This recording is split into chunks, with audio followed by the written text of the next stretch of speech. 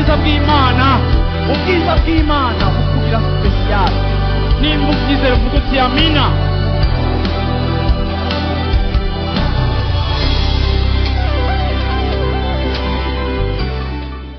No munsi mfise ijambo Imana yashize mu mutima wanje, kandi rijanye n'ishengero muri rusangi. Nubwo duserebra imyaka yacu 18 kandi Imana yatugiriye neza ikatwereka ubwizigirwa bwayo muri kino kibanza, kandi gishishikara kutwitwararika no kudukuza.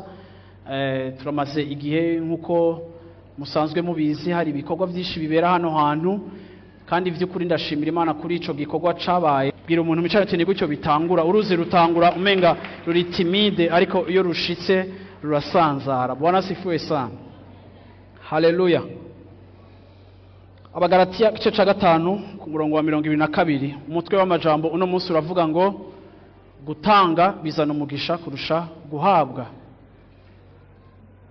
Haleluya. Gutanga bizana umugisha kurusha guhabwa, iryo jambo uno munsi shaka ko twiga ko, ariko ndagomba kurihera muri kino gice c'abagalatiya 5 umurongo wa 22.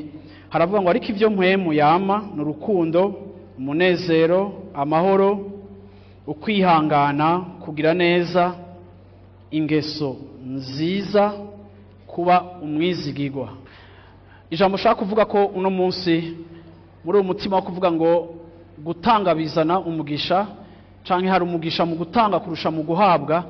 Uno munsi numvise muri ino myaka yacu 18 mu bintu byinshi dufise Imana yadukorenga nk'ishengero, mu bintu byinshi twabonye Imana yakoze no mu byishishikara gukora, hari ikintu uno munsi numva nshaka gushimira Imana kandi nsenga kugira ngo Imana irushirize kugikomeza no kukigira ikintu kizima hano hantu.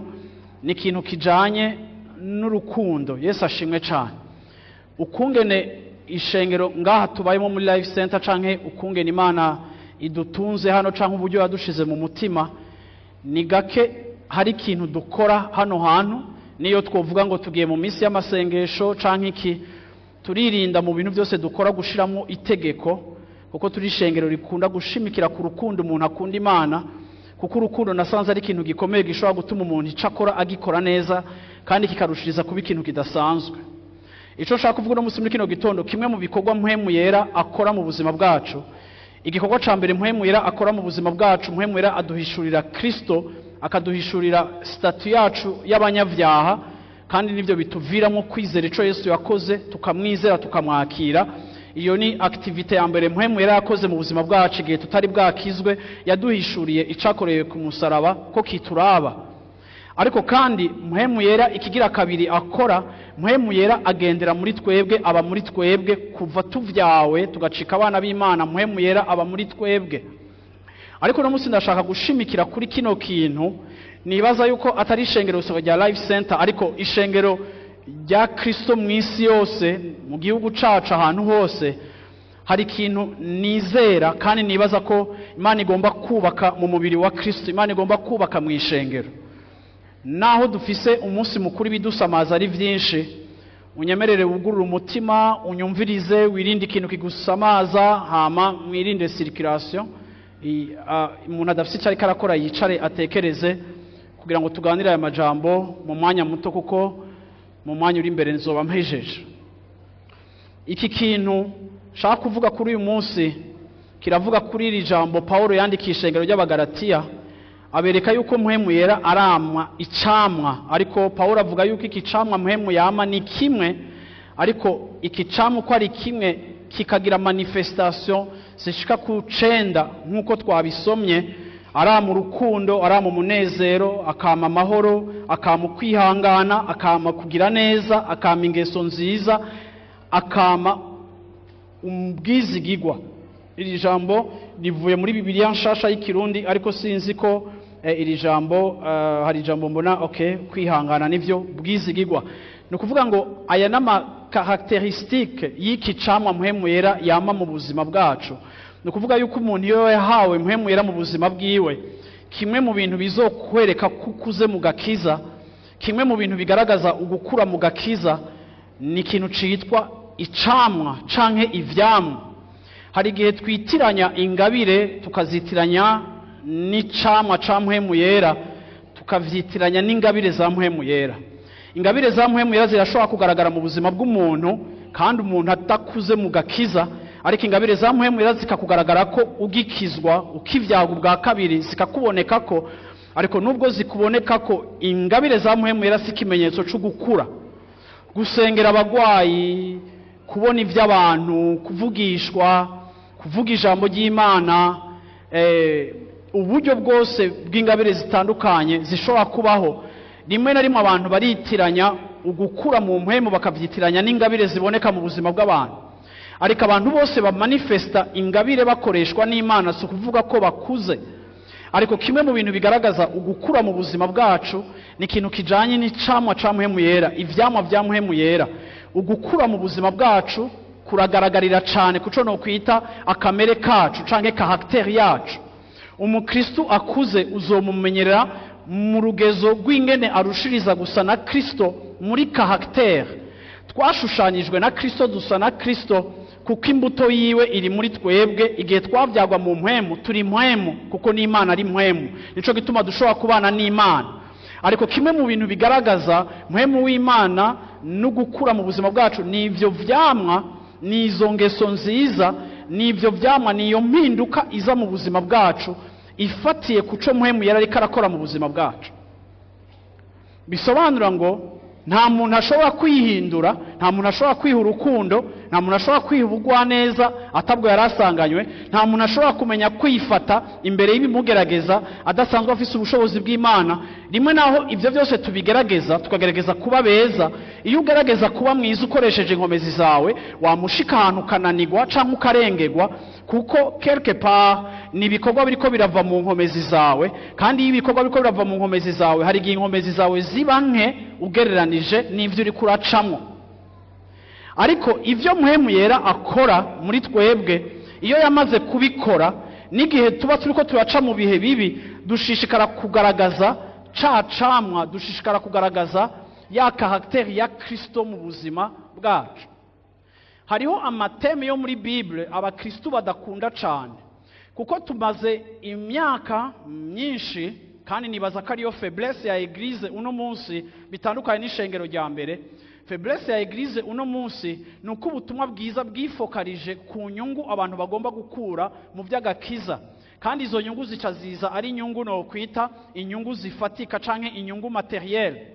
Ubutumwa bukatwereka ivyo tugira turonke kuko dukijijwe, bigatuma ubwo butumwa bugaburira muri twebwe kameremere kacu tutarakizwa kari gasanzwe gafise ivyipfuzo. Iyo ubutumwa bwiza buje bugaburira ivyipfuzo canke bwalimenta ivyipfuzo biri muri twebwe bitari vyiza, ubutumwa bwiza budushira ahantu aho butadufasha kugira umutima w'Imana, aho gusanga abantu bakijijwe bamwe bamwe barushiriza kugira umutima utandukanye n'umutima w'Imana. Ndaje kuvuga no munsi muri kino gitondo ngo hariho umutima w'Imana ku ishengero, kandi muri iyi mirongo turabona yuko ibi vyamwa byose vya mpwemu yera twasomye hano hantu uko ari 9, ibi vyamwa byose biri associé n'amarelation. Ni ukuvuga ngo ni vyamwa bifonctiona mu marelation. Ibi vyamwa vya mpwemu yera si vyamwa bidufasha kubana n'Imana, ariko ibi vyamwa mpwemu yera yama ni vyamwa bidufasha kuba mu bantu. Vuguta abantu. Yesu ashimwe cyane. Yesu ashimwe cyane.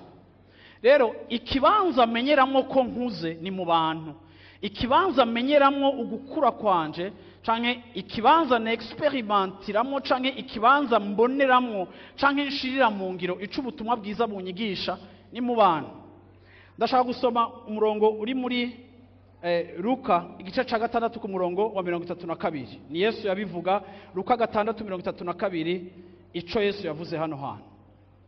Haravuga ngo nimwakunda ababakunda, kandi 6:32, Luke 6:32 haravuga ngo kandi nimwakunda ababakunda muzoshimwa iki?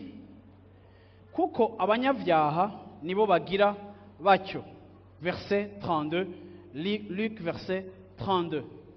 Hari ikintu Yesu yavuze shaka mu ntega amatwi mumvirise gato. Yesu yaravuze ikintu gikomeye, aravuga ngo nimwakunda ababakunda ni gute muzoshimwa. No musi muri kino gitondo nshaka kubabwira nk'ishengero, hari ikintu kitagomba kubura muri eglise, kandi eglise yose nubwo yoba manifest ubushobozi, nubwo ingwara zoba zikira, nubwo ngaha twuzuranye ntaye z'ibintu Imana ikora n'ivyo Imana yagiye ikora mu buzima bw'abantu. Aha muri kino kibanza ndashaka kubabwira ngo turafise intahe zidasanzwe z'ibintu Imana yakoze, abantu Imana yahinduye bafise uko baje ngaha bameze n'ingene bagize gute. Ariko muri iyi celebration yacu ya 18 ans ndashaka ndabatera intege, ndabankuhaje, ndababwire ngo urukundo ni ikintu gikomeye cyane kandi kigomba kugira place nini ngaha muri eglise. Kandi ndashaka kubwira umuntu wese ari ngaha mu rushengero, ngomba kukubwira ngo urukundo rurafise cadre ruba exercer canke aho rukorera. Bibiliya iratubwira cyane ku kintu c'urukundo, kandi nibaza yuko imwe muri faiblesse eglise mwisi ifise uno munsi muri rusangi, muri kino gihe ciherezo, eglise irafise defiance y'ikintu citwa urukundo. Kandi iyo tuvuze ngo eglise irabuze mwisi muri rusangi irabuze urukundo, nuko na Bibiliya ivuga ngo mu gihe cihereza abantu bazokwikunda. Nukuvuga ngo obstacle y'uko exercer urukundo ku bandi ifatiye ku kungene twikunda, kandi igihe cyose umuntu yama yumva umenga arakwiye kuba servi. Aha Yesu yaraje kuvuga ijambo rikomeye ryo gukunda abansi bacu, ariko kandi Yesu agerageza kwereka abizera ingene twe dukwiye kuba different. Mu buryo buhe? Aravuga ngo nimwakunda ababakunda muzoshimwa iki. Urabona muri no myaka turimo uzosanga kenshi dufise tendance yo gukunda abantu badukunda, canke yo guha affection abaduha affection, canke yo kwitwararika uwakugiriye neza. Mpora ndavyumva no muri culture yacu, hari igihe abantu iyo bagiye mu manza cyane cyane zijaye n'ivyo kubura, narigeze kumva umuntu avuga ngo none gashanga udaserutse ku bandi ngo wowe ninda zo guserukako. Kwasanga n'imanza turazitaba n'ikimazi turagitanga, ariko kumva behind mu byo dukora rimwe na rimwe naho umenga turiko turafashanya, umenga ni investissement à long terme. Tuvuga uti investissement, umuntu akavuga ngo ugomba gufasha abantu kugira ngo nawe bazogufasha. Uko nimwe na rimwe ni kwisi yiyumvira, iyo abantu bagize ico bagize neza canke bashatse guseruka ku bantu, haba harimo n'akantu ko kuvuga ngo nawe ni wagira ikibazo mbega wowe ninda zo guserukako. Rimwe ugasanga turi motive n'ico abandi bazotugirira kugira ngo natwege tugire ico tubagiriye. Ariko Yesu yavuze ikintu gikomeye muri aya majambo ngo none nimwagirira neza, siko niko avuga ngaha, nimwakunda ababakunda muzoshimwa iki. Birashoboka yuko iyo ukuragirira neza abantu bakugiriye neza baragushimira bakakwaprecia, ariko Yesu arapusa loin kuri twega bamwizeye, akatwereka yuko twege dukwiye kugirira neza abantu tudatumbereye gushimwa n'abantu. Kuko iyo ugiriye neza umuntu kuko asanzwe kugirira neza akagushima, abantu bonshima ariko Imana ntiyonshima.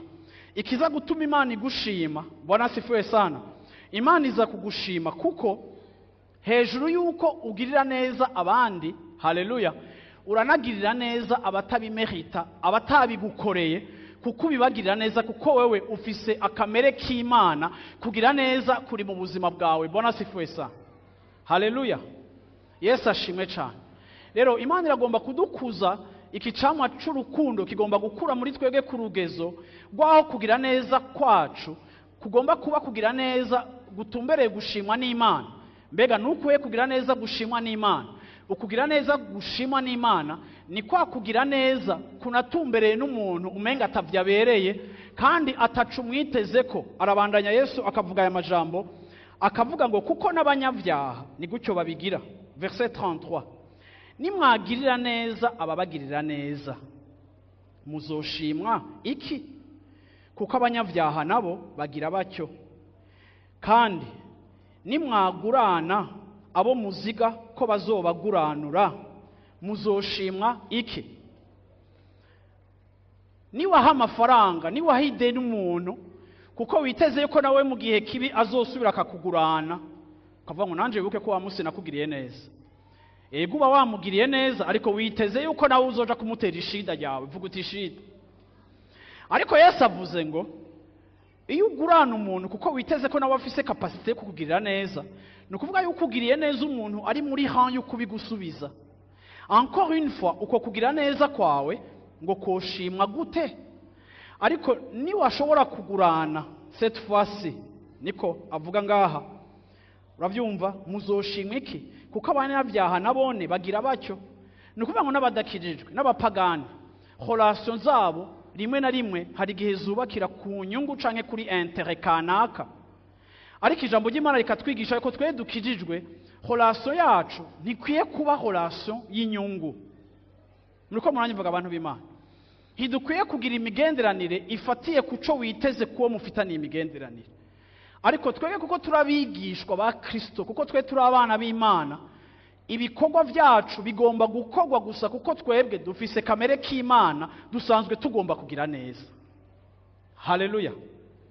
Verset 34 akavuga ngo, kandi nimwagurana abo muziga ko bazobaguranura, muzoshimwa iki? Abanyabyaha nabo bagurana abandi banyabyaha ngo babaguranwe, bagire gute? Babaguranugwe nk'ivyabo. Verset 35. Ariko mukunda abansi banyu. Vuga uti mukunda abansi banyu. Ninda kunda abansi biwe ngaho. Murabizi ndababwira ikintu kimwe, ico nkundira Bibiliya Nouveau Testament ntiyanditswe mu buryo bw'itegeko gusa, ariko ni recommandation y'ijambo ry'Imana. Ariko ndagomba kuvuga ngo ikintu kigushoboza gukunda umuntu atagukunda canke atakugirira neza si ibintu twigira, ariko ni igikorwa mpemu yera akora muri twebwe, akaduha izo nkomezi kuko ari disponible, akaduha izo nkomezi zo kudushoboza gukunda n'abantu tutokunze. Yesu ashimwe cyane. Ico ni igikorwa ca mpemu yera. Bwana sifiwe sana. Haleluya. Yesu ashimwe cyane.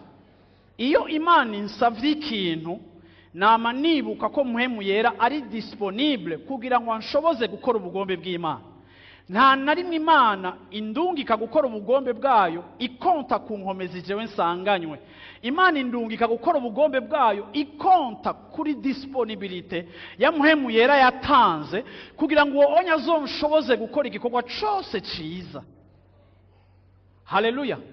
Rero Bibiliya itubwiye ngo dukunda abansi bacu, ntitubwiye ngo tugende kwigirisha canke ducika indyarya, ariko Bibiliya itubwiye ngo ku rundi ruhande dushire umutima wacu mu kibanza aho tumenya yuko mpemu yera ari wazodushoboza tube disponible kuri œuvre ya Saint-Esprit, kuko ico mpemu yera akora muri twebwe aradutransforma, akatwambura umuntu wa kera birushirije, akatwambika ishusho nshasha ibonekera muri Kristo Yesu, tukashobora kumanifesta karaktere ya Kristo. Twebwe twahora turi babi tugasa na Kristo, kuko mpemu yera adushoboza.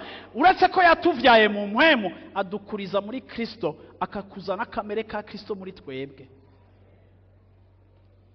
Haleluya. Yesu ashimwe cyane. Aravuze ngo ariko mukunda abansi banyu, mubagirire neza, mugurana abantu, bwira mu nshayo nti mutanga amadeni. Hari uri karavuga ngo uraza yo nkeneye. Nawe ndakubwiye ngo gutanga bizana umugisha kurusha guhabwa. Yesu ashimwe cyane. Kandi kenshi mu byo ukeneye hari ukeneye ibirusha ibyo wowe ukeneye. Yesu ashimwe cyane. Haleluya. Ndashaka kubona abantu bahezagiye bagiye gutanga, bagomba kugirira neza abandi. Yesu ashimwe cyane. Hari wadugije amaboko ameze gucyanye navuze gutanga. Haleluya. Yesu ashimwe cyane. Aravuga ngo mugire gute? Mugurana abantu mutaziga ko bazobagurana. Bwira mu nshayo nti correction. Mugurana abantu mutaziga ko bazogira gute ko Murazi gituma abantu benshi bakomeretse muri no myaka. Abantu benshi barafise ibikorwa byiza bakoreye abantu, ariko ntibababwira yuko babibakoreye biteze ko bazobibasubiza. Hama bamara kurihira umwana amashuri, yakura agatangura kugutuka canke akakunanira, canke yaja gukora yafata ingingo zidaguhimbaye, ugatanga ngo nivyo nagukoreye. Reka nakubwire, nta kintu nakimukwiye gukorera umuntu witeze yuko hari ico azogusubiza, ariko urukundo rwiza rukora rwiteze kugira neza. Yesu ashimwe cyane. Agusubije fine, atagusubije fine. Yesu ashimwe cyane.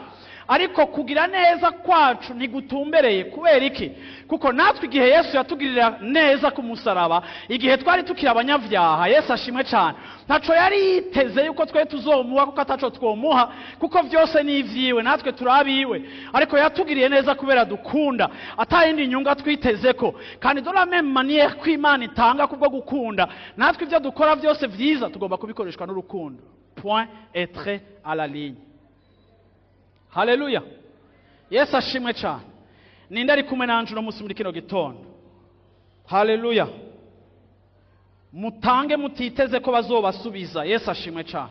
Abantu mwabaye desu, abantu mwashigikiye abakozi b'Imana aho mwabaye, aho mwasengeye, abantu mwashigikiye abiwanyu hama bakabihakana, abantu mwashigikiye korale hama bakagutenga bakayikuvanamwo, abantu mwakomeretse kuko mwagiriye neza abantu hama nabone bakabasubiriza ikintu mutari mwiteze. Ndaje kukubwira ngo ingabire yawe, generosite iri mu buzima bwawe, kugira neza biri mu buzima bwawe, ntibigomba kudepanda n'ico witeze en retour, ariko ugomba gutanga kuko Imana yaguhaye mu mutima wawe kugira neza. Yesu ashimwe cyane, kuko igihe cyose tugize neza, gutanga bizana igihe cyose umugisha kurusha guhabwa.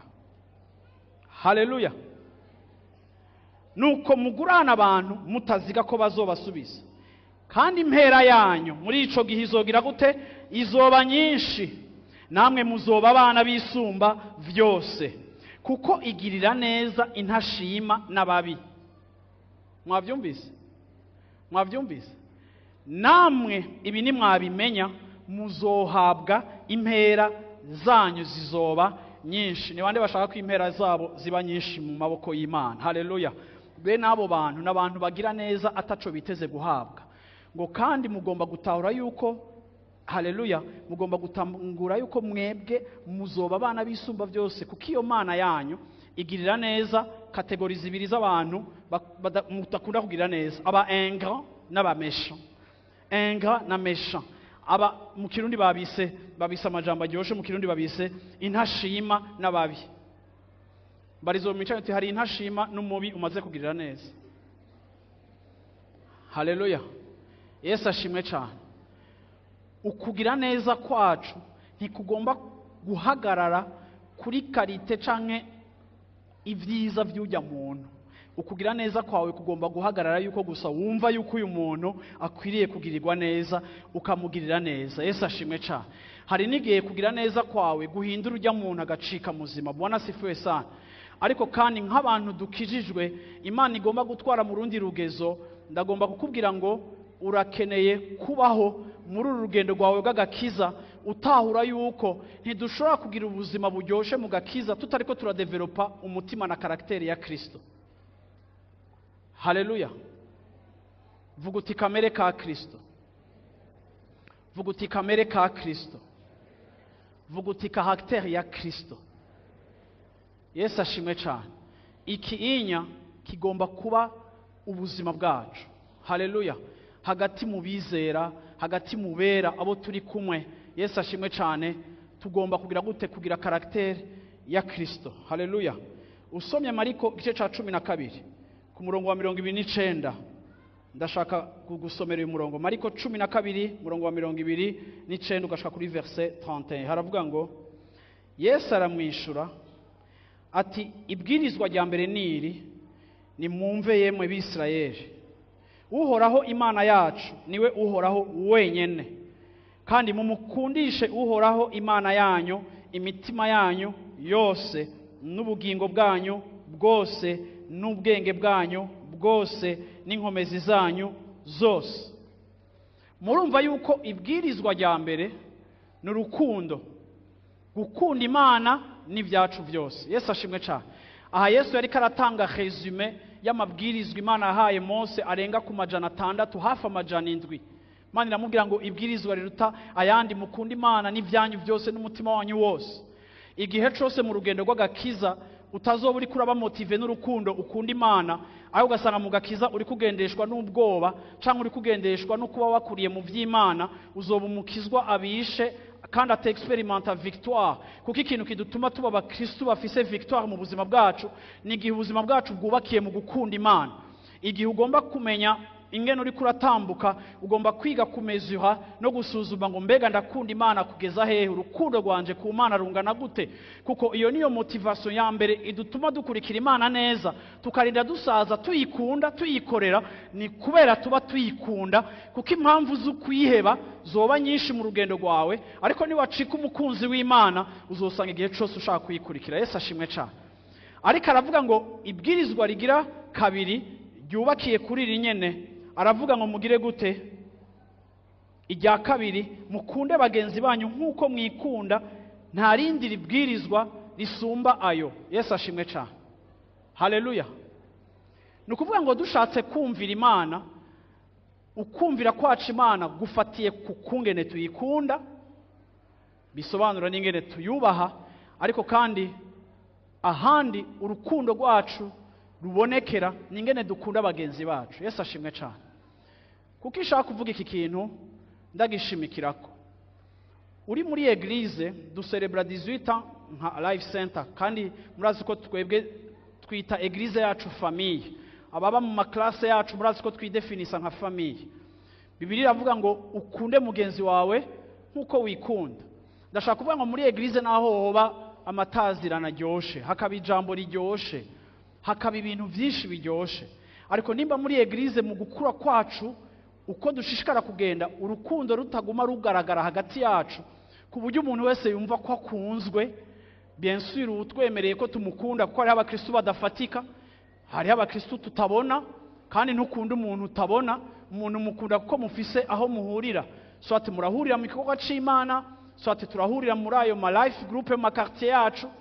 Ndabizi neza yuko hari abantu benshi ngaha bamaze ku experimenta no kubona urukundo rw'Imana mu buryo budasanzwe, biciye mu ishengero, biciye mu bikorwa byinshi bikorekwa hano hantu.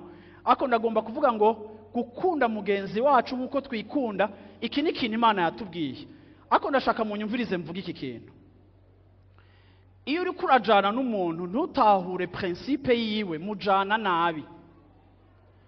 Yesu yarashize importance ku rukundo cyane, ku buryo utonsigurira ingene twokwevoriwa nk'ama eglise urukundo ari imwe mu ma aspect iri neglige. Satani iyo ishengero ridafise urukundo ntirimukanga, kuko ishengero rifise urukundo niho rimanifesta umutima w'Imana.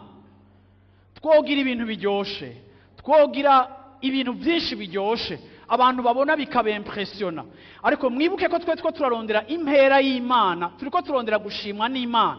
Imana nikira turaba, Imana nikiraraba life center irakeneye kumenya ngo mbe muri iri shengero hariho urukundo, bega muri iri shengero abantu barakunzwe, bega muri iri shengero umuntu arakiriwe uko ameze, bega muri iri shengero abantu barumva urukundo, abatawe abadakunda hariho urukundo, bega muri kohare yacu hariho urukundo, bega muri monde yacu canke muri pastorale canke mu bikorwa bitandukanye. Uretse ko hari abatekinisiye n'abantu bafise ibikorwa bazi gukora kandi bafise efficacité, dufise abantu bari duwe, dufise abakozi beza ngaha mu ishengero, bega muri ivyo bikorwa byacu turiko turakora eske hariho urukundo indani, canke turama machine ari karatuna, ama machine ari karatuna, turama machine a produire résultat abantu bagashima, canke turama machine a produire urukundo Imana igashima ikavuga ngo impera yanyu izoba nyinshi, kuko muri iri shengero ndumva yuko hariho urukundo. Ni gute twokora repetition ngo abaririmbyi, ni gute twosengaga abasenzi, ni gute ibikorwa byose dukora twobikora, ariko hamwe n'ibindi bikorwa byose dukora, ariko indani bigasanga urukundo rurahari. Kuko iyo urukundo ruhari ruryosha ibikorwa, iyo urukundo ruhari n'ibikorwa bigira uwundi muvuduko, bikagira n'ayandi mavuta. Sindakivuze nk'ikintu kitahari, ariko ndakivuze nk'ikintu tugomba gushira kwa amaso yacu na importance, kuko iki kigiye kutwinjiza mu yindi dimension idasanzwe irengeye ko twigeze kubaho. Iyo mu ishengero hari urukundo ntaho ushobora guharira. Iyo abaganga bagiye hamwe bakazana imiti ku buntu, bakavura abantu ku buntu, bakavura nyakabiga, abantu bakaza no mu miziro makaza kwivuza, ni gute umuntu atobona urukundo umuvuye kwa gusa? Ni gute umuntu atobona urukundo umukoreye ikintu atawagutumye kugikorera, atayindi nyungu warukeneye kubikorera, ariko just kuko ushatse kureponda kuri besoin? Ururuzi Imana yatubwiye igihe yaduha ishengero kavuga ngo ruzotemba kandi ruzohindura igihugu. Ndashaka kubabwira ngo mu ishengero ugomba kwiga gukunda, ariko kandi bamwe mwarageregeje gukunda, ariko rimwe na rimwe uraba heurté canke uratsitazwa n'umuntu utagize réponse iri positive ku rukundo rwawe. Ariko ngenda gutera intege ndakwibutse ngo iyo dukunda si kuko twiteze icyo abantu baza gukora en retour. Iyo dukunze turakunda just kuko atakindi dushobora gukora, nta kindi tuzi gukora, nta kindi twahamagariwe gukora, nta kindi kizokwerekana ko turabigishwa atari gukunda. Yesu yaravuze ngo abantu bazomenya ko murabigishwa banje nibabona mukundana. Yesu ntiyavuze ngo nitwavuga mu ndimi abantu bazomenya ko turabigishwa. Yesu ntiyavuze ngo igihe twese tuzoba turyamye hasi muhemwira yadukoze ko bafusu dutenga abantu ngo tuzoba turi bitangaza. Yesu ntiyavuze ngo abantu bazomenya ko muri shengero ryanje nihaba ibitangaza byinshi mu ishengero abantu bagakira. No, ivyo ni bimwe mu bikurikira ubutumwa bwiza. Ivyo byose meje kuvuga ni inkurikizi z'ubutumwa bwiza. Ariko kandi hirya y'inkurikizi z'ubutumwa bwiza, urukundo Yesu ashime cyane nico kintu cyonyene gishobora gutuma umuntu wese agupinga n'umuntu wese akugwanya aburi ico avuga. Kuko gukunda biragoye. Gukunda iyo urinze ukunda nuko uba washobojwe n'Imana, cyane cyane iyo ukunze umuntu atari kubera n'inshuti yawe. Haleluya. Ubu rero wavuga ngo je ndakunda nangu ndatunze umuryango. Oya, ijambo ry'Imana rivuga ngo mbega iyo tubikoreye abiwacu dutandukaniye n'abapagani. Erega n'abapagani barafasha imiryango yabo, baragirira neza abo basangiye amaraso. Ariko twebwe ic'Imana duhamagarira nk'abigishwa kirarengeye ico abandi bose bakora. Twe ntidufasha abantu kuko dusangiye amaraso, ariko dufasha abantu kuko twahujwe ku musaraba, kandi tukanabafasha n'abatarashika ku musaraba kugira ngo biciye mu rukundo rwacu kumbure babone iyo Mana idutera kubikora. Bavuga ngo nimba abantu bafise urukundo, reka ngende ku isoko ry'urukundo rwabo nimbenye iyo Mana yabo nanje nkunde. Haleluya. Haleluya. Ijambo ry'Imana rivuga ngo mugire neza. Haleluya, mugirire neza abantu. Haleluya. Bose, ariko cyane cyane abo mu nzu y'Imana. Ikibazo no munsi twibaza nk'ishengero twakoranye hano hantu, ninde muntu ariko arabona urukundo rw'Imana biciye muri wewe muri Life Center? Ninde muntu yohaguruka akavuga ngo nukuri Donavina, nukuri Kajatu, nukuri basa bose, nukuri Donavina, nukuri Naka? Yo, ndaramubonye mu rukundo, narabonye Imana muri we, narabonye urukundo muri we. Ninde muntu yohaguruka atari uko hari ibyo musanzwe muhuriye ko cyangwa izindi nyungu mufise ko akavuga ngo narabonye urukundo muri Life Center? Yesu ashimwe. Ndasenga Imana ngo idukure mu mutima wa egoisme mu izina rya Yesu Kristo. Bibiri ivuga ngo mu gihe cy'ihereza abantu bazoba bikunda, uwo mudayimoni wo kwikunda namusambuye mu izina rya Yesu Kristo. Ntidukeneye kuba ikindi kintu kiretse ic'Imana igomba ko tuba. Iyo uri kuravyara umwana, narabivuze yuko uvyaye umwana ugapusa ukazobona ko akaze gafise visage y'umwansi wawe, ni shoke. Ishengero ntishobora kuvyara abizera badasa na Kristo ariko basa na Satani, ni shoke. Ishengero rigomba kuvyara igisa na Kristo kuko imbuto ya Kristo iri muri twebwe, yaratewe muri twebwe. Iyo mbuto igomba kugaragara, iyo mbuto iridegaje n'igikorwa ca Mpwemu Yera. Imana yaratanze ibikenewe byose kugira ngo itugire beza. Yesu ashimwe ca iturememo akamere k'Imana kanatsinda twaravyawe. Haleluya. Rero nimba Imana yaradushizemo iyo mbuto, nimureke iyo mbuto ikure, nimureke iyo mbuto ikure, ariko mureke izindi zizimangane zirandugwe, kuko Imana irikirahamagara ishengero. Ariko umugeni wa Kristo agomba guseruka kandi akaboneka afise urukundo. Vuga urukundo. Wombara ngo nega pastor no kunda gute atawa nkunze, abantu barantaye, abantu ntibambona, niyo ngiye ahantu ntibambona. Reka ndakubwire ngo igihe cyo kwigira mu victime kiraheze mu izina rya Yesu Kristo. Igihe cyo kwiteza akagongwe kiraheze mu izina rya Yesu Kristo. Nimba utabihawe, nimba utanabironse, haleluya, Yesu ashimwe cyane. Nimba bitabaye nta kundi, ariko kandi ndaje kubwira ngo ivyo ntibirimita Mpwemu Yera mu kugutransforma mu kintu utahawe, kuko ivy'Imana ntibiva ku vyo twaronse dans le naturel. Ivy'Imana biva ku cyo duhabwa dans le surnaturel, bihagaze ku gikorwa ca Mpwemu wiwe. Mpwemu w'Imana nta wundi mutaha akeneye. Mpwemu Yera ntakeneye abana bakuze neza ngo kugira ngo dukorere Imana. Mpwemu Yera akeneye abantu bihanye kugira ngo ababite bakorere Imana, bayiserve. Haleluya. Yesu ashimwe cyane. Ngira mu icyo nta mutahe n'umwe Mpwemu Yera akeneye, arihagije. Haleluya. la terre était informe et vide. Alléluia, ariko mpwemu w'Imana, l'esprit de Dieu se mouvait partout. Alléluia, amajambo aravugwa, ibintu bitangura gufata forme. Iyo Imana igomba kurema ikintu mu buzima bwacu, nikeneye mutahe w'ikintu kiri naturel, kuko ubwayo irarema ibintu bikabaho, bikaza bigafata place. Abantu b'Imana bavuge ngo amina. Nimba unyumvuga uvuge ngo amen. Bwana sifiwe sana. Haleluya. Amen. Amen. Reka nsome Actes des Apôtres. Actes des Apôtres, chapitre 9, 36 à 41. Kandi Yopa hari umwigishwa yitwa Tabita, nimusurinye umwigishwa, risobanurwa ngo Doruka. Uwo mugore yari n'ibikorwa byiza byinshi n'ubuntu bwinshi yagira. Muri iyo minsi aragwara arapfa. Bamaze kuhagira ikiziga bagishira mu nzu yo hejuru. Kandi kuko iruda hari hafi y'Yopa, abigishwa bumvise ko Petero ari bamutuma ko abantu babiri bamwinginga bati nutebe kudushikira. Petero arikora ajana nabo, ashitse bamujana muri ya nzu yo hejuru. Abapfakazi bose bahagarara iruhande yiwe barira, berekana amapfundo n'imitama na Doruka yapfunditse. Oh haleluya, akiri muri bo. Petero arabataramura bose, arapfukama arasenga, maze ahindukirira umuvyimba ati Tabita vyuka.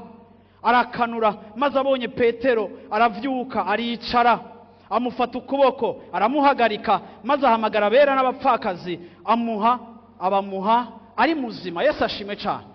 Yesu ashimwe cyane. Haleluya. Iki gisagara ni gisagara giteye imbere, ni gisagara kiri ku mazi. Ushaka kumenya iyi ville ya Yopa ni Tel Aviv. Uno munsi niyo kapitale ya Israel, ni muri Tel Aviv. Iki gisagara cyari gisagara kiri prosper, cyari kirimo abantu babatunzi, kuko hari business nyinshi maritime, kandi hari amaculture atandukanye menshi ahaba, kandi abantu bahakorera ibikorwa bidasanzwe. Ariko ndashaka kuvuga iki kintu abantu b'Imana. Bibiliya ivuga ngo uyu mugore yari afise muri we kugira neza. Ndashaka uno munsi ni adresse no ku bantu ngaha mu ishengero mufise don ya generosité. Bibiliya ivuga yuko hariho don ya generosité, canke ingabire y'ukwakira, canke yo gutanga indaro mu ngabire Imana ivuga. Kenshi nasanze abantu bakomereka cane n'abantu bafise ingabire zo kugira neza. Kubera cakini navuga ubwa mbere, abantu bafise ingabire yo kugira neza, hari igihe bamwe bagwa mu mutego yo kugira ico biteze. Ariko ndaje kukubwira ngo igihe cyose uri kura fonctiona uheponda kuri besoin z'abantu, Bibiliya ikwita umunyamugisha. Ndagomba gusubira kandi kubabaza muri kino gitondo hano muri live center, uriko uheponda kuri besoin y'ikibazo cande? Ninde muntu ahezagiwe kubera wewe? Ninde muntu ubuzima bwiwe buko burahinduka kubera wewe? Ninde muntu ingene yambara biriko birahinduka kubera wewe? Ninde muntu ariko ariga amashuri, canke ninde muntu amerewe neza? Ninde muntu haragatangaza ariko arabona gatoya kubera wewe? Ninde muntu agenda agapfukama mu cumba agasenga ngo Mana ndagushimira ku bwanaka, kuko kubiciye mu kuboko kwiwe ndiko ndabona Imana? Ninde muntu wowe upfuye yosenga nguzuke? Ninde muntu yokwanka ko enterrement yawe iba organize gushika uzutse? Ninde muntu naho yo batizera yo kwizera ko udakwiye gupfa kuko abona ko hari gihindutse ku buzima bwiwe? Nikiye kintu wakoze cyo tuma ibyawe bizuka, kuko hari amasengesho y'abantu bariko baravuga ngo business yiwe ntihomba, ibikorwa byiwe ntibihomba, nabahe abantu bo kwisonzesha bakagenda kwiherera ku bwawe kuko uri kurabamenase muri activite zawe, bakavuga ngo Eric ntahomba kuko Eric kubwiwe twarabonye umugisha, abana bacu baravujwe, reka dusenga, reka tugende ku musozi, reka tumisonzeshereze, reka turondere Imana kubwiwe. Nabahe abantu bogira uruhagarara kubera wowe utakihari, cyane kubera ibyawe bimeze naho? Abo bantu nimba batahari turafise problem. Nukuri nimba mwese ngaha mwe mwondirira kubera mvuze induru nyinshi misi yose imbere yanyu, atakini mwondirira nagiye, nukuri ni poto kwera. n'akamikrofone kivugira.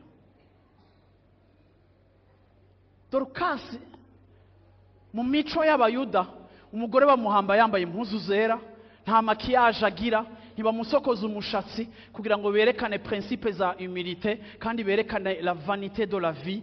Bamuhamba batamumakiye, niko bari bamugize, babanza kumwoza bakamutegura, uravyumva, kandi ntagomba kurara batamuhamvye. Ariko aba bamere bumva ngo Petero ari nk'igitega, barafata sinzi transport bafashe, nta TGV ihari, barafata amabisi bariruka, batuma intumwa ati genda mubwire Petero hagarika ibikorwa umanuke ngaha hariho urgence. Ibi byose ntibabitumwe n'ikindi, ariko nuko umukunzi yarahejeje kugira gute gupfa.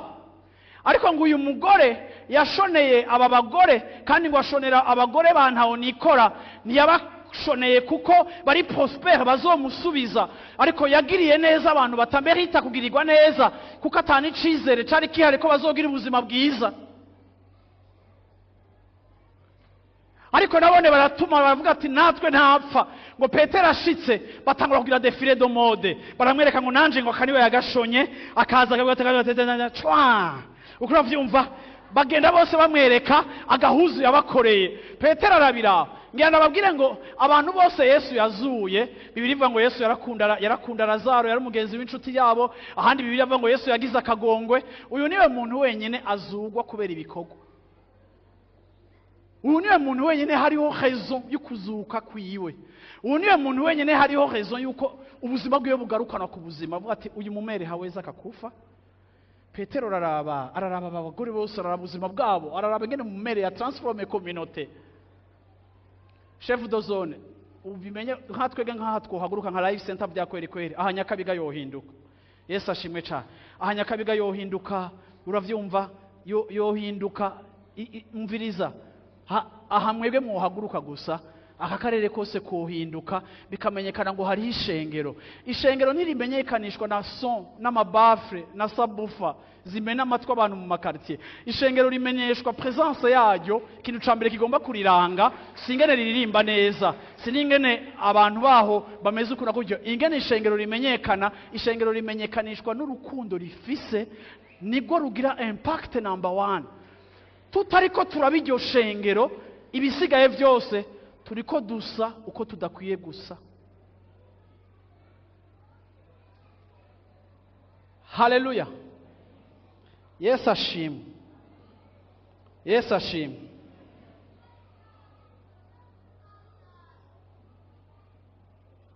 Barizo micana tininde ukuzura wewe. Vyakweri vraiment entre. Kuko murabonaga abantu b'Imana, hari gihe tubaho muri eglise tugahana agaciro kubera amatalent dufise, tugakundana kubera ibyo dushobora gushikako, uravyumva, tugakunda umuntu kubera ingena duhezagira. Ariko tugomba kurengena urwo rugezo, tukibuka yuko Yesu yari afise efficacité, yari afise amavuta, yari afise ibitangaza, ariko ikintu nyamukuru yari afise kikidukorako, kidutera kumukurikira, yaradukunze, byatumye atakaza icubaro ciwe, aramanuka araza kuturondera. Yesu ashimwe cyane, byatumye Imana itanga umwanya wayo. Ni ukuvuga ngo karite principale ya Yesu mu makarite menshi afise ni love. So nimba rero umukunzi cyangwa umuvyeyi wacu cyangwa uwo twizeye, imbuto iri mu twebwe, karite yiwe ya mbere ari love. Natwe bw'ishengero karite yacu ya mbere yagomvye kubiki? Igomba kubiki? Nutaza kongereza yagomba kubiki? Nabo mwihema hari inyuma yagomba kubiki? Yesu ashimwe cyane. Karite yacu ya mbere igomba kuba urukundo, izisigaye zigakurikira nimba turiko turabishengero Yesu ashaka ko tuba. Haleluya. Mwanyumvise? 1 Jean chapitre 4 verset 7 à 8. Abo nkunda dukundane kuko urukundo ruva ku Mana.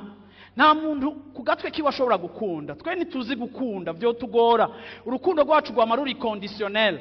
Nico gituma umwanditsi yanditse ngo urukundo ruva ku Mana. Iyo ubonye umuntu akunda vya vrai kandi agashobora kugira neza vya vrai, nuko vy'ukuri aba yahawe urukundo n'Imana. Haleluya.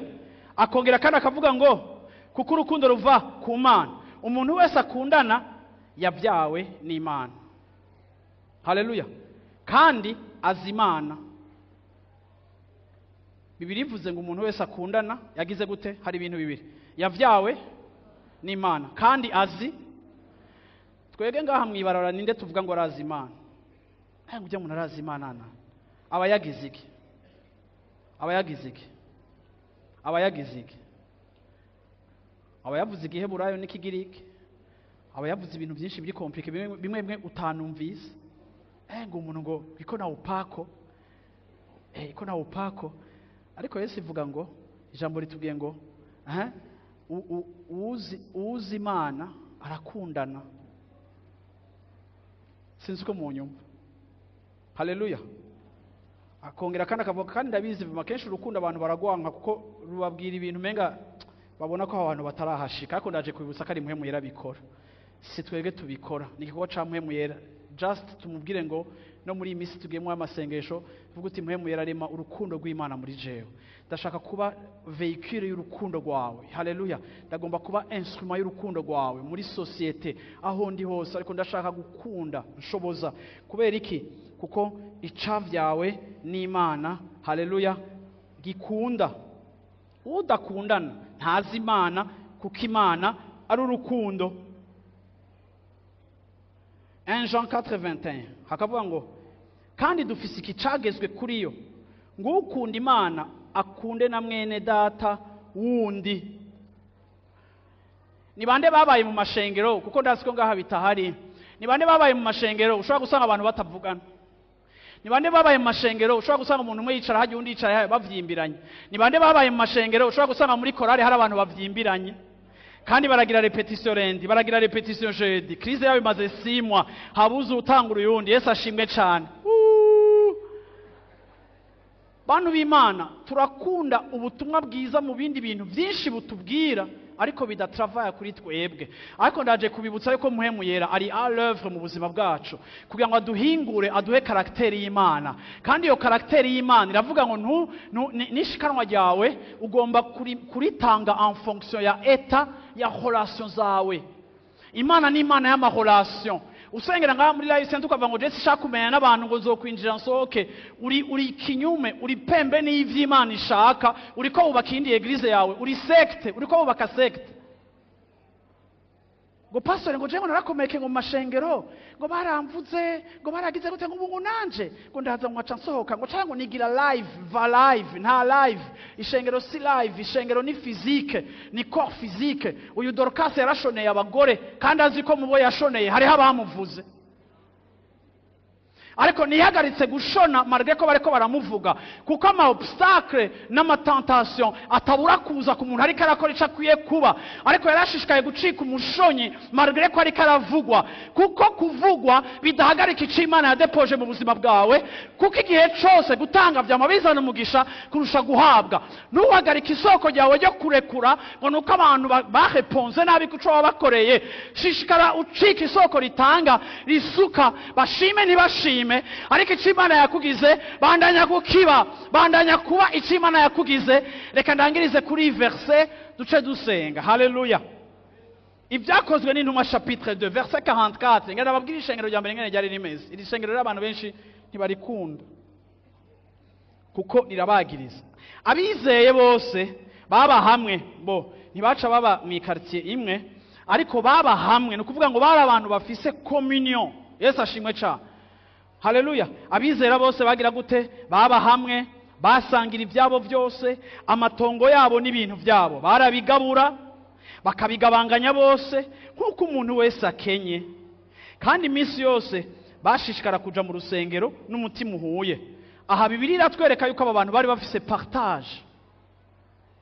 Ndaje kubwira ngo nta muntu n'umwe ngaha adafise ico yosangiza abandi. Yesu ashimwe cyane. Kandi ngo barasangira, umwe agaha mugenzi w'ibyo adafise, n'amatongo yabo bakayasangira. Mwibutse ngene abarundi dufise intambara z'amatongo, mwibutse ngene justice yacu yuzuye mwibazo by'amatongo. Mwibuke rero uko mwebwe namwe babakristo mwaduze kuburanira imetero 2 kuri 3 ubirirwa mu manza utanga ibiturire. Uravyumva kandi wavuye ngaho babishize n'umutwaro mu masengesho, ariko hejuru gashaka ko ivyo biturire hama hirya yo kuba wakoze ivyo bintu byose. Uravyumva n'agatongo nukaronke ngo ababobo barayahana hana. Vuga uti nivyo muhemu yarakoze. ikibi nuko kenshi ubutumwa bwiza tubwakira emotionellement tukaja kubupratika emotionellement tukabikora rimwe tukabiheba cyane tukidoga iminsi yose twabikoze. Ndiko ndavuga ikintu mwe yarakoze muri iri shengero hageze ahantu n'ivyabo babisangira. Ndangize mvuga ngo bagabanganya bose nk'uko umuntu wese akenye, kandi iminsi yose bashikara kuja mu rusengero n'umutima uhuye, kandi wabo bamanyagura umutsima bakajya banezerewe n'imitima itagira karohe. État du cœur, Bibiliya irasurinya bari abantu badafise ubujyajya muri bo canke hypocrisie, bari abantu bakundanye bafise itanigishika, bari abantu baza bafise umutima uhuye. Iki nico kintu abantu b'Imana eglise mwisi uno munsi ibuze. Ndayivuze nka message vraiment iri prophétique, nshaka kuvuga ngo ishengero ntirishobora kugira impact mwisi ritagarutse muri acte des apôtres, ngo ducike cette église ijambo ry'Imana rivuga, kuko ibindi byose turashobora kubidevelopa ariko iki tukacibagira. Ariko tubona ko arico kintu cambere muhemu yera bamaze kubatirizwa, nico kintu cambere yaremye mu bantu, yabarememwo ugo rukundo no kwiyanka no kwihebera abandi. Haleluya. Bahimbaza Imana kandi nabo bashimwa n'abantu. Nta muntu akritika ahantu hari urukundo, nta muntu agwanya abantu bafitaniye urukundo. Impossible. Urukundo ni force atakintu kimwe gishobora kuyiresista. Haleluya. Arongera avuga ngo umwami Imana ikabongera iminsi yose abama bakizwa. Reka ndangize mvuga ngo ab'Imana itwongera kenshi baza basa nk'uko basanze natwe dusa. Nitwaba ishengero rya Loyenge canke rya ambiance, Imana izotwongera ba ambianceur. Nitwaba ishengero ry'abataunere babapiga kiwani bazi gusapa, nabi Imana izotwongera. Imana itwongera karite y'abantu basa nuko basanzwe dusa, kuko ata muntu avyara ico atarico. Ariko nitwaba ishengero rifise urukundo, Imana izotwongera abandi ariko baze nabone bafise uwo mutima, kuko bazotemba mu ruzi basanzwe ruri aho hantu, kandi tuzokwa influence. Kandi urukundo izocika moteur yatira igihe mu yindi myaka dufise ivyo twakwegeye ko abandi bantu bakadutumbera kuko tubifise. Harageze a 18 ans nk'umwana kuza atanguye kugira ubwenge, Yesu ashimwe cyane, mwana atanguye gufata responsabilité. Harageze ko twatira abantu par l'amour, kwake nibisigaye dufise ari vyiza, ariko reka urukundo rucike moteur ya mbere idutuma dukwega abantu, kugira ngo abantu baze barondera urwo rukundo basange Kristo ari we rukundo. Yesu ashimwe cyane. Munyemere duhaguruke muvuga amen, dusenga Imana minota 2-3 turangiza mwanya wacu. Haleluya, haleluya, haleluya. Yesu ashimwe cyane, Yesu ashimwe cyane. Hari habo byagoye guhaguruka, mukiriko murahaguruka ndabashingira ntaye ndababwire ngo ndemera yuko igihe cyose ubuzima bwawe ugiye kwibagira ibyawe ukiga gucika réponse ku bandi, uzobona umugisha utigeze uronka igihe wari kuragumana ubuzima bwawe ku bwawe. Yesu ashimwe cyane. Abana mwohora, abana abana abana abana abana muhore, muhore. Namwe ndababwira aka kajambo, nimwatangura gukunda abandi siko mugakunda abandi. Mwanyumvise navuze gute? Mukagira gute? Mugakunda abandi, muzobona ubuzima bwiza cyane nimwaho ubuzima bwanyu abandi kurusha kugumana ubuzima bwanyu mwebwe nyene. Niwaha imbombo yawe ugaha akantu kawe, ugahakada umuntu, ugaha umundi mwana ukamuhebera ikintu, bazi ko abana kenshi bimana imbombo. Nimwatangura kuzitanga mukabagirira neza abandi bana, musubiremo abana inyuma ndende muvuge ngo gutanga, shaka amajwi y'abana, gutanga bizana umugisha kurusha kuronka. Iyo utanze ni byiza cyane kurusha iyo baguhaye. Amen, haleluya. Mwami Yesu ndaguhaye icubahiro muri kino gitondo ciza, ndagushimiye kugira neza kwawe. Ndagushima Mana yuko mu ijuru icavyawe nawe ari urukundo, kuko wowe uri urukundo. Ndagushima ko urukundo rwawe rwatwegeje hafi tukira abanyavyaha. Mana yo mu ijuru waradukunze, ntiwadukunze mana kuko turi abakozi bawe, wabadukunze tukiri abanyabyaha mana. Urwo rukundo ruratuzana, ruratwegeza hafi. Urwo rukundo ruzana abari hafi n'abari kure, twese ducika abana bawe. Muri kino gitondo ndagushimiye mana, gitondo kidasanzwe uduhaye mana kuba turiko turacelebra 18 ans yacu ya anniversaire. Ndagushimiye mana mu ijuru, ibintu byinshi wakoreye hano hantu tutoronka umwanya wo kubivuga mana, ariko mana yanje ndasenze muri kino gitondo kugira ngo urukundo mana yo mu ijuru mu ishengero ryawe mu bizera bawe bari hano hantu mana gishishikare kuba mana ikintu uri kurarema mu ishengero ryawe, kugira ngo mu ishengero ryawe mana abantu baharonkera urukundo, aha abantu bahumvira urukundo, kandi ishengero ryawe rishoboye kwerekana urukundo mana ku gisagara, ku gihugu, ku mahanga, biciye mu rukundo ruri manifeste mu buzima bwabo. Ndasenze muri kino gitondo mana nsaba ngo rema uwo mutima muri twebwe. Urukundo ni camwa ca mpwemu yera. Ndaguhamagaye mpwemu yera muri kino gitondo mu ishengero rya Life Center kugira ngo utugire ishengero rikunda, ureme urukundo rwawe muri twebwe, kugira ngo tuba abahungu n'abakobwa bashobora gutanga. Mana igihe kirageze mana aho tutaraba ibyacu gusa canke inyungu zacu, ariko igihe kirageze mana aho dutangura kuraba ico twobera umugisha abandi, kugira ngo mu kubera umugisha abandi bigaruke mana bitubera inyungu ku buzima bwacu. Ndagushimiye iki gitondo ciza uduhaye kuba hano hantu, ndagushimiye ishengero ryawe mana, ndagushimiye no ku mwanya ukurikira tugiye kumara hano hantu. Izina ryawe rishirize gushigwa hejuru ubu n'ibihe bidashira. Abantu b'Imana bavuge ngo amen. Amen.